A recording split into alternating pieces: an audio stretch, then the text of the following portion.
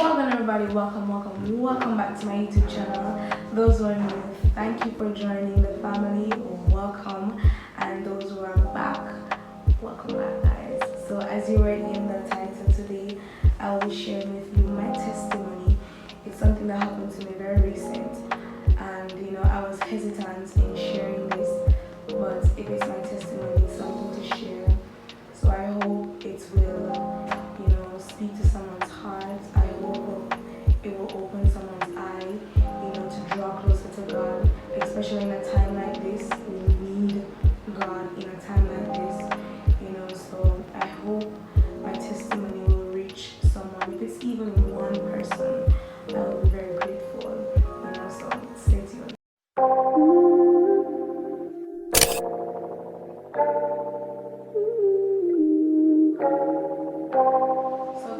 One morning I was going to work, and normally before I leave for work I would pray, or I would try to pray on the journey to work.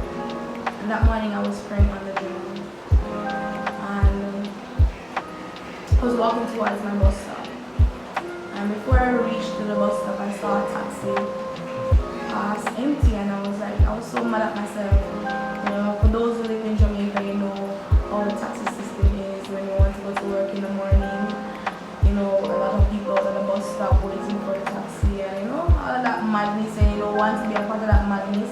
So when you see a taxi drive by that is empty and you miss it, it gets you angry, with yourself. So I remember I saw the taxi pass and it was empty, and I was like, gosh, I missed the taxi. Anyways, when I finally reached to the bus stop, immediately another taxi came. So I was like, thank you God. And I remember when I went in the taxi, two passengers were already in the taxi. One to the front and one was sitting right behind the driver. Two females. And I went in and sat in the middle. And the driver drove off and went a little further up from my bus stop. And guys, he picked up a guy at the other bus stop. So it made three persons in the back, one to the front. And I remember when I went in the taxi, normally if I'm sitting in the middle, I sprawl off, as we call it, spread out in the middle. And guys, I'm not slim, I'm chunky, so I spread out in the middle. But for some reason that morning, I went all the way over on the lady that was sitting beside me, and she's slim, lady. So enough space was there, but I went all the way over on her that morning. And when he went and picked up the guy up the top of the road, I remember the guy pulled the door, and when he pulled the door, he looked in, and he was looking at the seat, wondering, I don't know, I'm assuming he's wondering if this space was big enough for him or whatever, I don't know. But as I said, I went all the way over on the lady, so there was enough space for him to come in. And I remember when he came in and he closed the door, and the driver was about to drive off. And when he was about to drive off, someone across the road shouted to the driver and said, hold on. So I remember when the driver stuck his head out and he said, I'm full, I can't hold anybody else, I'm full. But the person was still telling the driver to hold on, he's coming. Anyways, the driver was kind of, iffing to drive off. And then he saw that the guy was coming still, so he made a complete stop, waiting for the guy to come. I'm assuming the driver thought that the guy was going to come and say, squeeze me in, I'm late, whatever, I don't know. Anyways, I didn't look to see, I was just listening to the conversation with the driver and the guy. As I said, I'm going to work, I'm minding my own business, I just want to reach work. Anyways, when the guy told the driver to hold on, the driver made a complete stop and was waiting for the guy to come across the road to say what he was going to say. I remember I was sitting there, and guys, I felt the guy present to the side of the vehicle, coming to this around the side of the vehicle. I felt his presence coming around, and I remember all I heard was just shots. gunshots just start ringing, gunshots just start ringing. And for a split second, I don't know, everything happened so fast, but at the same time, it was in slow motion, if you get what I'm saying. I remember I looked to the side and I realized that I didn't really look, but I kind of realized that it was the guy beside me, he was getting the shots. So then I realized that, oh, somebody actually get shot in the car with me beside me. So then I turned to the side. Immediately I turned to the side because I don't want to get shot. So I turned to the side to try not to get shot. And I remember, guys, for a split seconds in the midst of everything that was happening, I tapped out of myself. And I said, God, is this the place where I'm coming to die? Is this where I'm going to die? And I just kept asking, is this where I'm going to die, God? And I looked in the rearview mirror. And when I looked at myself, I looked straight in my eyes. And I tapped back into myself. I can't explain. I really can't explain, but I'm trying my best to explain what happened to me. I came back into myself. And when I came back into myself, all I remember saying was, mercy God, mercy God, mercy God, mercy God, have mercy, mercy, mercy. That's all I kept saying. And the guy was still getting the shots, and I'm assuming the driver panicked. Because normally if you hear the first shot, you can drive off. But I am assuming he panicked, so he didn't drive off, so the guy was getting all the shots still. And I remember the lady beside me, she started screaming, she was screaming and screaming, and then the driver came back to himself and drove off. And when he drove off, guys, the lady beside me, she just crying and she started pulling the door. The car was driving and she started pulling the door to jump out. And I remember I grabbed her in and I closed back the door and I said, calm down, calm down. Because it was just chaotic in the vehicle. It was just like, everything happened so fast, but it's so slow and it's just madness. And I remember I hold her and I said, calm down, you're going to be okay. And I remember she grabbed her leg because she was holding on to me. Even the guy that was getting shot, he was holding on to me. Everybody was just holding on to me in the midst of everything that was happening. And at the same time, everybody holding on to me tapping out of myself. You know, and I remember she held on to my neck. And I was holding her back and I said, calm down, you're going to be okay. And I remember she grabbed her leg, and when she grabbed her leg, I realized something was wrong. And then I moved her hand, and when I realized she got shot in her foot, and I said, God, what is this? So I started to calm her down because her scream and everything started to make me feel like I'm going to panic. And because I already know how panic attack and all of that feel, anxiety and all that feel, I kind of know how to master the whole anxiety attack. So I kind of just shut it down and kind of try to calm her down at the same time because I felt like I was going to panic. And while I was calming her down, I remember we drove up a little further, and at the same time the girl in the front, she said, yo driver, let me out. So the driver stopped and she just ran out. I don't know where she ran to, she just ran out. And then the driver just stopped and he came out of the car and he was just walking around the car like, you know, when you lose your mind, that's how the driver looked like. He just not walk around the car like he losing his mind. And I remember I felt this pressure on my back. And when I turned and I looked, I saw that the man was leaning on me and he was dead. Sorry. I remember when the driver came back in the car and the lady was just screaming, and I just hold on and I say, you're going to be okay, you're going to be okay. And I was like, if she gets shot, me have to get shot. Because remember I said, this lady is skinny. This lady is skinny. I'm big, I'm not slim. So I'm pretty much shielding her. You know what I'm saying? And I remember I said that to myself, if she gets shot, I have to get shot too. I have to get shot. And I remember I felt a burning sensation across my breast. So I was like, that's the shot. Because I felt this burning, it just burned. I was like, yo, that's the shot, we get shot. And I remember remember when we drove to the police station, and when we came out, the driver came out of the car and took the lady to the front of the vehicle. And when I came out, the guy just dropped on the seat. And when I came out of the car, guys,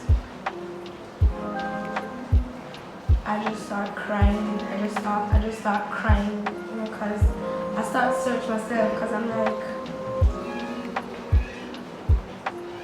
as I was saying, I started to search myself. Because I'm saying, I have to get shot. The lady gets shot, I have to get shot. So I started searching myself, and I realized I'm not seeing anything.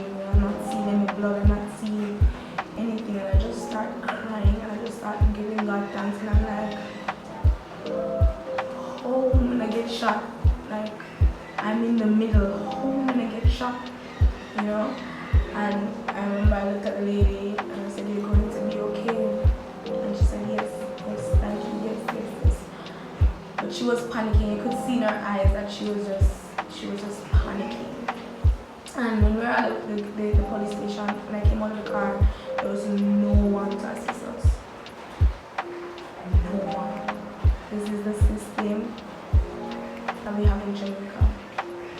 No one to assist us. There's nobody at the police station. And I remember when I stood there, some persons were standing outside of the police station, but they weren't police. They were just standing there. And we started telling them what happened. And they were like, oh my God. But at the same time, nobody was there to assist us.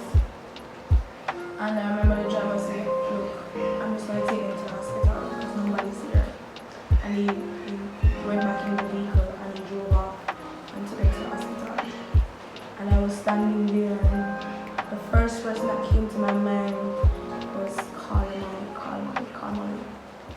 I remember I took out the phone and I called mommy. And guys, my mother is the worst person to call when something bad happens.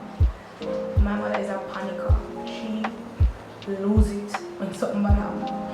So I don't know, for some reason she's the one that I chose to call. And I think it helped because she heard my voice and she heard that I was okay.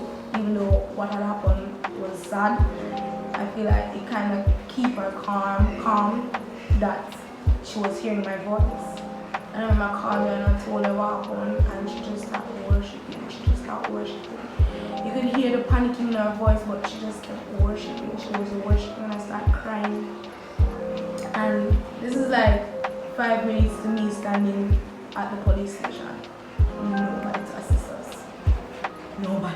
And I remember I saw this car rolling, and he came out of the vehicle and he was listening to the two person that was talking, because he told them what happened and they were talking, and I was on the phone with my mommy and I saw him looking at me and he was listening to them, and he looked at me and he called me and said, "Come."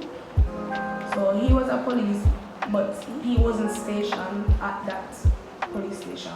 He was just driving by and heard them talking and stopped.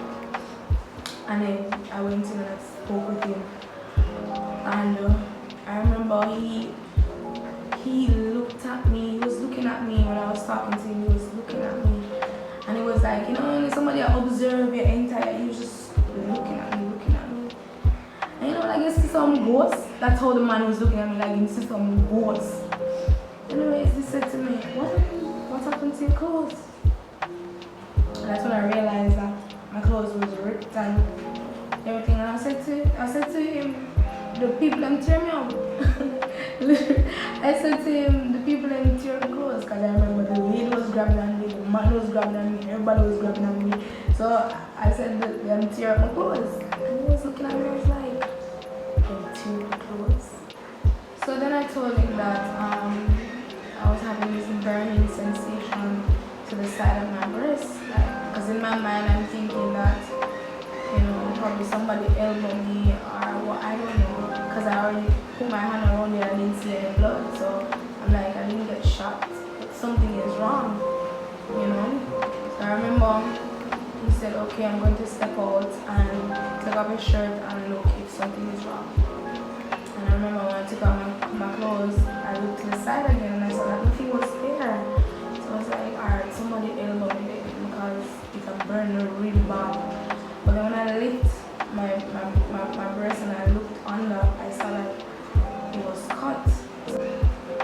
So I told him when he came back. I told him that I have this cut underneath, and then he looked at me and he said, "The bullet grazed me."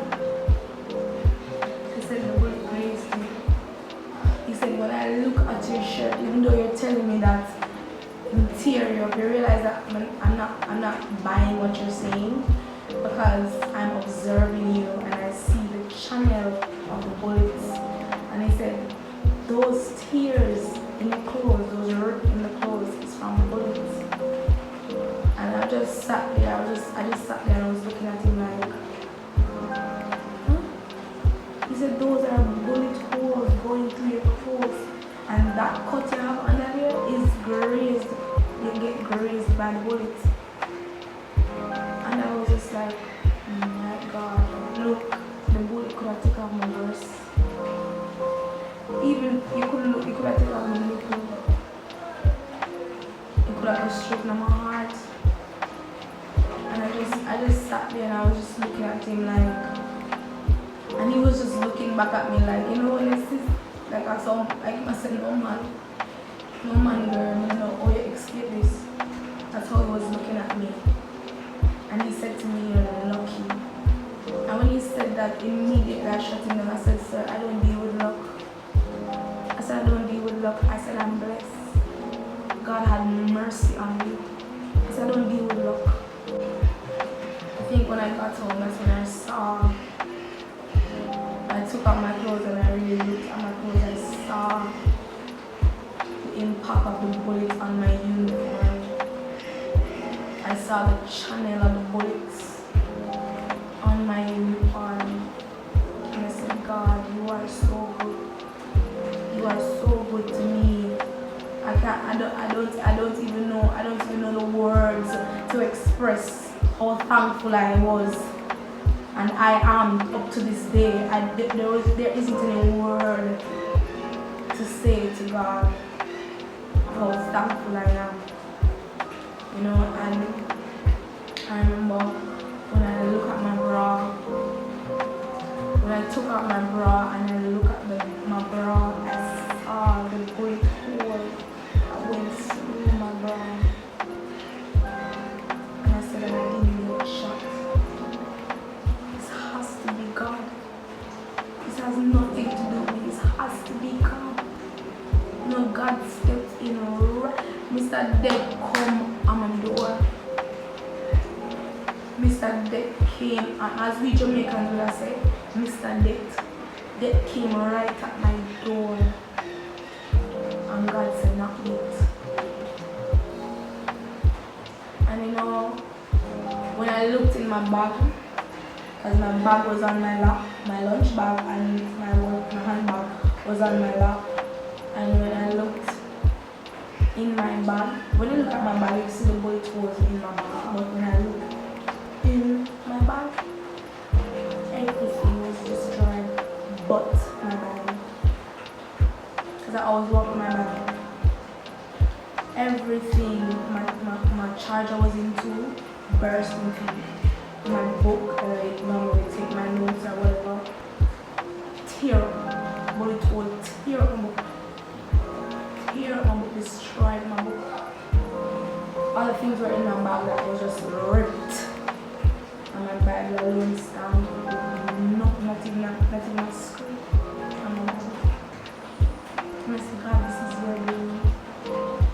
I said, "This has to be you in the midst of all of this." The devil said, "May I take you out?" And God said, "No, I'm not take you out. Because I'm afraid of it." And I was just so grateful. I just kept crying.